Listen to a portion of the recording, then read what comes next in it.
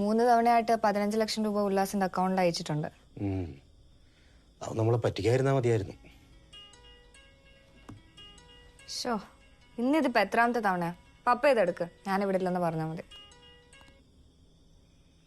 Hello hello, പപ്പയായിരുന്നോ? അവള് കുളിക്കാൻ കയറിയല്ലോ. ഒന്നുമില്ല, ഞാൻ ചുമ്മാ വിളിച്ചതേ ഉള്ളൂ. എന്നായി നമ്മുടെ കാര്യങ്ങളൊക്കെ? ഏജന്റ് പറയുന്ന പോലെ എല്ലാം ചെയ്യുന്നുണ്ട്. 15 ലക്ഷം രൂപ ട്രാൻസ്ഫർ ചെയ്ത് കൊടുത്തിട്ടുണ്ട്. ആ, അതേതായാലും നന്നായി. ഈ എംബസിൽ ഇന്റർവ്യൂവിന് പോകുമ്പോഴേ അവർ ബാങ്ക് സ്റ്റേറ്റ്മെന്റ് ഒക്കെ നോക്കും. പ്രോഗ്രാമിന് ഇവിടെ വരുമ്പോൾ ഭാര്യയെ കൊണ്ടുവരാനും കറങ്ങാനും ഒക്കെ ആസ്തിയുള്ള ആളാണോന്ന്. സായിപ്പ്മാർ ആരാ പപ്പ മക്കള്? വിശ്വസിക്കാലോ അല്ലേ? എൻ്റെ പപ്പ എന്നെ വിശ്വസിച്ചില്ലെങ്കിലും ഉല്ലാസേട്ടനെ വിശ്വസിക്കാം.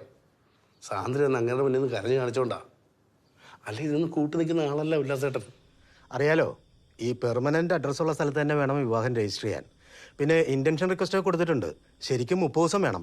പിന്നെ അവിടെ ഒരു പരിചയക്കാരനുള്ളതുകൊണ്ട് അതൊക്കെ വേഗം നടന്നോളൂ.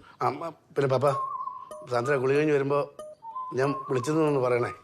പപ്പ പറയടാ മോനെ.